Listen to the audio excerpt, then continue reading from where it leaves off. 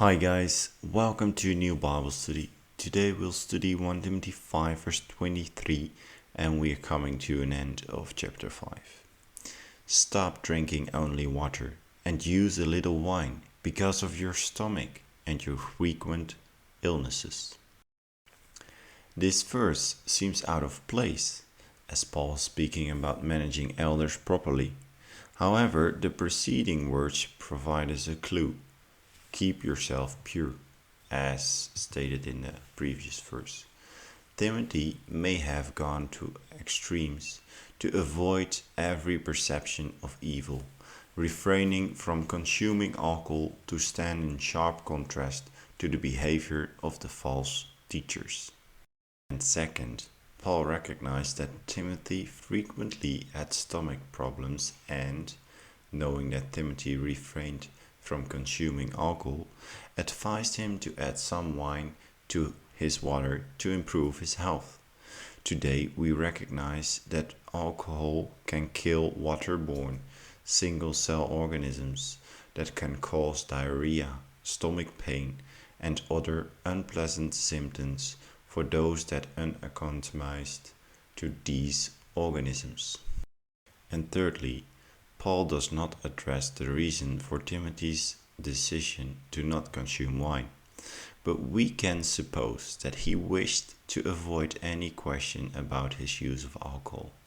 In any case, by following his words about keeping himself pure with the remedy to consume a little wine moderately and for health, Paul obviously saw no conflict or incongruency in Timothy's constrained use of alcohol and remaining pure.